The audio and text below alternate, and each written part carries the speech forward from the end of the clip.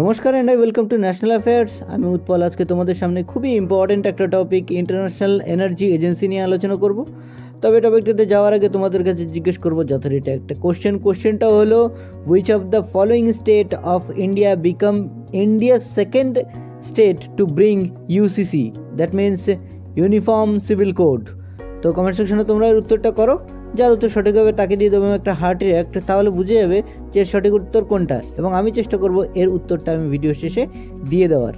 তো আজকে আমাদের যে টপিক সেটা হলো ইন্টারন্যাশনাল এনার্জি এজেন্সি রিসেন্টলি একটা রিপোর্ট পেশ করলো।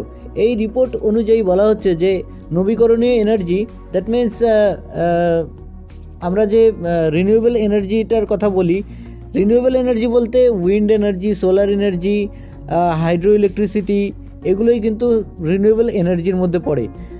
যে এনার্জিগুলো আবার মানে অফুরন্ত শক্তির উৎস, সেগুলোকেই রিনিউয়েবল এনার্জি বলা হয়ে থাকে।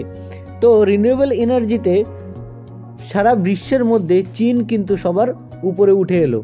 চীনের যে বৃদ্ধি, একটা এনর্মাস বৃদ্ধি হয়েছে চীনের, সেটা 360 গিগাওয়াট কিন্তু চীন মানে বিশ্বের মধ্যে প্রথম স্থানে রয়েছে, যারা কিনা 360 গিগাওয়াট বিদ্যুৎ শক্তি উৎপাদন করতে সক্ষম। এটা কিন্তু শুধুমাত্র আমি রিনিউয়েবল এনার্জির কথা বলছি। এবং সেকেন্ড পজিশনে আছে ইউরোপ, এবং থার্ড পজিশনে আছে ইউএসএ। ইন্ডিয়া হলো 9th পজিশনে। ইন্ডিয়ার উৎপাদন 91 গিগাওয়াট, যেখানে সারা বিশ্বের বৃদ্ধি হয়েছে 510 গিগাওয়াট, সেখানে শুধুমাত্র চীনেরই বৃদ্ধি হয়েছে 360 গিগাওয়াট। সারা বিশ্বে যতটা বৃদ্ধি হয়েছে সেটা হলো 50% বৃদ্ধি হয়েছে, কিন্তু চীনের বৃদ্ধি হয়েছে কিন্তু একটা মানে হিউজ বৃদ্ধি। এবং বলা হচ্ছে যে এর টার্গেট হলো 2030 সাল পর্যন্ত 11,000 গিগাওয়াট বিদ্যুৎ শক্তি উৎপাদন করা। অবশ্যই রিনিউয়েবল এনার্জির কথা এখানে আমি কিন্তু বলছি।